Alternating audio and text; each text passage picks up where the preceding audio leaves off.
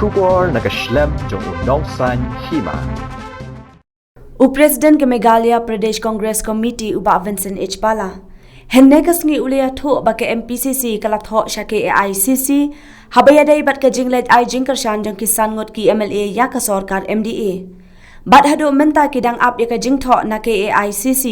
Bat hadian bekelayo ya ka jubam na ke AICC kan sachim ya ki senjam lakin be seng no ne em ya ki ni kisan ngot ki MLA. Ongi lalong meeting menni. Lalong meeting menni lamar ba. Hati. MLA ka syong ha ki ICC. Lingkongnya akan bau di report ICC ba.